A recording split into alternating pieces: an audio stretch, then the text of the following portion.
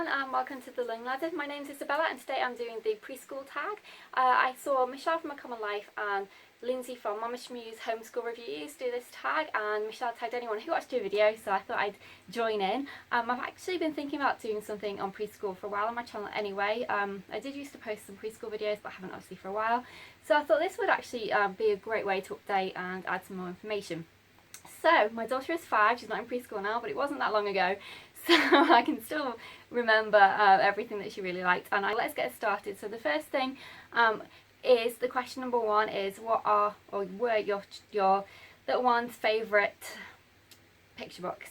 So my daughter liked anything like this. I've just got a pile of things. So we're going on a bear hunt, a very catchy story, lovely illustrations throughout. Obviously the bear plays an integral part than running away from the bear. She just really enjoyed that one, and that's that's a classic one. She also really liked these noise books. So this was one of her favourites, which was Dear Zoo by Rod Campbell. So basically in the there's some small text, but the thing that she loves the best is the flaps. So even now to this day she loves any book that's got lift the flap, and there's the sound obviously that goes with it. This was a huge hit. She would sit there for ages just having this book read to her or just playing with it herself. Again, another similar one to that is The Room on the Broom, again with the sounds on. This was another huge favourite with her, and it was the Moo book. You can see it's been very well loved, but basically it is an interactive touchy-feely book. So lift the flap and the touchy-feely, this was something that she really liked, the touch and feel books. So you've got the fur and the little fuzzy chicks down here. And again another lift the flap with the pigs on top. So anything pop up, lift the flap, touch feel or noise book was just a huge hit with her. Some of the other more picture book ones that she really liked was Harry McClary. This is rhyme text. And there's quite a few books in this series. So you follow the dog, who is Harry McClary. There's also Scarface Claw, who is a fierce cat. There's Slinky Malinky, who is a mischievous cat. And there's Zachary Quack. Oh, they're just amazing. It's rhyme text. It's just lovely. So this is just this is Slinky Malinky's cat flaps. So it's things like let's just. Okay, the house was asleep. It was silent and still, with flickering shadows on ceiling and sill. Slinky Malinky was cosy and snug, curled in a ball on the raggedy rug. It's just such a lovely story. And there he is. He opened an eye, inspected his toes, and washed from his tail to the tip of his nose. He wiped round an ear with a delicate paw and stretched as he silently slipped through the door. It's just amazing. Highly, highly recommend them. She still really enjoys them to this day. Everything from Julia Donaldson has always been a hit. So in this collection we have What the Ladybird Heard, Sharing a Shell, and The Princess and the Wizard. And then, as I said, more of these little lift the flap ones. This is another Julia Donaldson one. This is Hide and Seek Pig. And then so educational ones, we have the A is for Apple. This was a huge hit. So you've got the letters they can trace, and then again lift the flap for each of the pictures. And then another one she really liked, and she still does, is Peekaboo 1, 2, 3. So you've got each number and then the corresponding amount of animals or creatures, whatever it is, underneath. So the next question is, how do you teach ABCs, colours, shapes and numbers?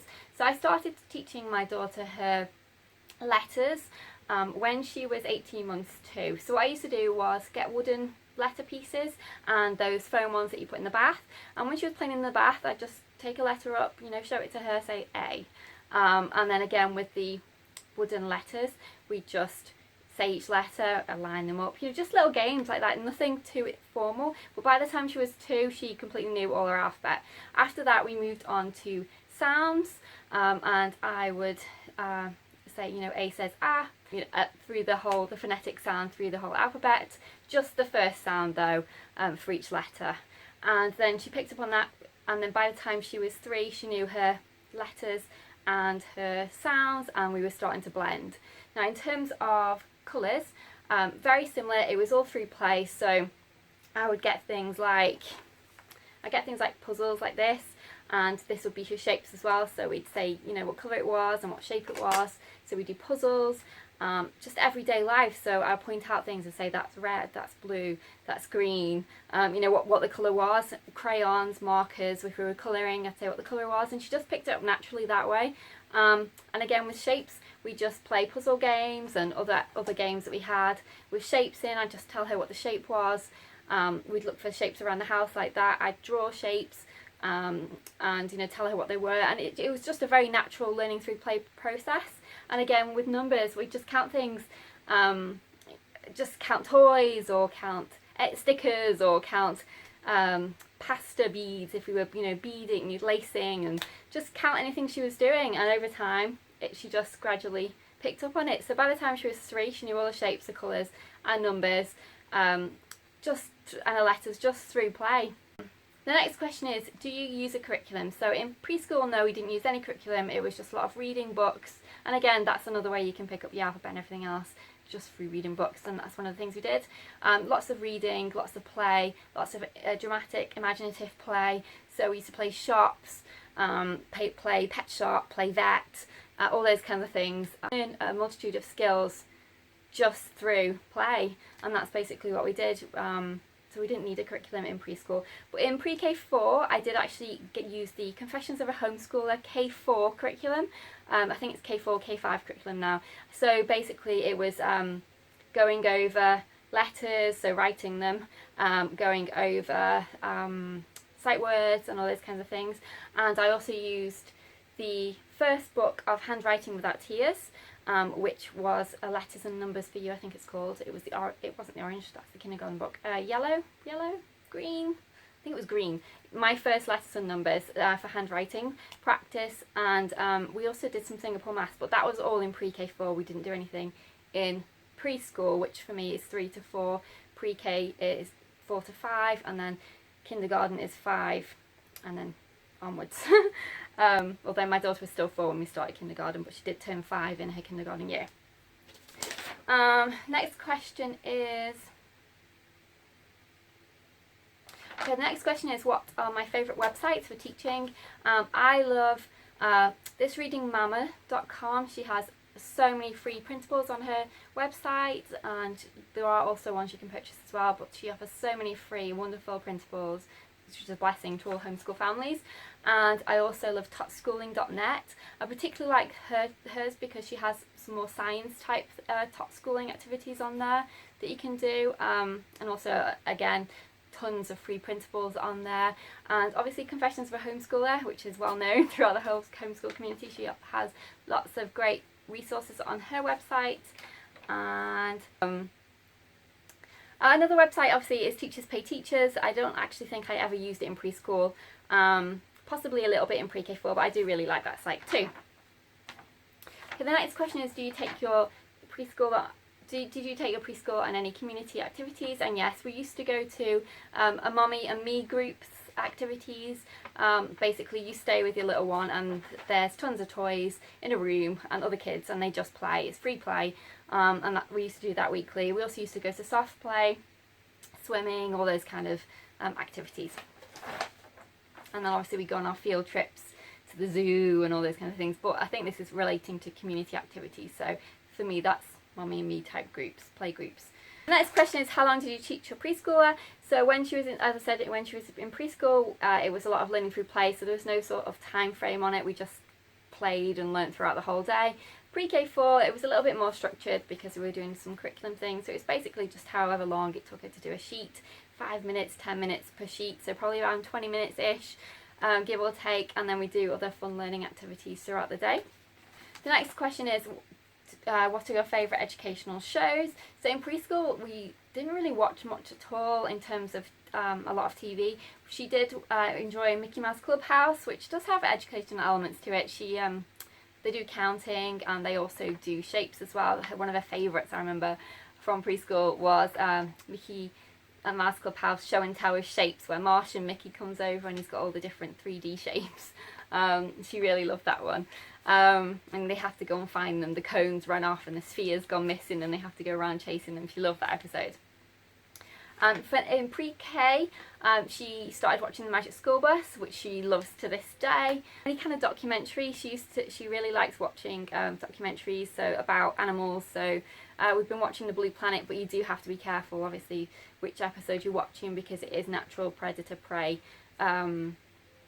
relationship. So I'd always watch it myself first to make sure there was nothing that would frighten her in there. And so yes, Magic School Bus, Mickey Mouse Clubhouse, and as she got a little bit older, some nature documentaries. Those are the main educational shows that we used to watch, and we still do. So the next question is, how do you occupy younger kids when homeschooling? And that was always centres. So set up different activities in different areas, preferably things that they don't get to play with all the time. So it's new and exciting, lots of sensory activities, puzzles, those types of things. Next question is, what are your favourite educational toys? We have tons, but some of the things we really liked was these blocks. So just wooden coloured blocks of different shapes and sizes, and it also had a sorting section on there, so she can sort them into shapes and then pop them through. Puzzles, we loved puzzles in preschool, still do now. Anything Leapfrog make amazing educational products. So this was one of the things she absolutely adored. You can tell this is old now, because I think the colours are all new now. But it had colours on there, so it used to talk about colours and shapes, and you used to have your picnic items in there. She's got a few other bits and pieces in there. She still likes to play with this occasionally now still. So you got your little plates and all your different food. So it'd be talking about what shape things were, what colour they were, counting. She really loved this. She was 3, I think we got this. The Learning Resources, again, they make great products for preschool. We didn't have too many of the preschool products, but I think we started using them more in pre-K4. But this was one of the things we purchased. I'm sure when she was 3. I'm sure it was. The sorting pie, so you can sort by colour, you can sort by fruit type, you can count. You can use tweezers for the hand motor skills, for the fine motor skills.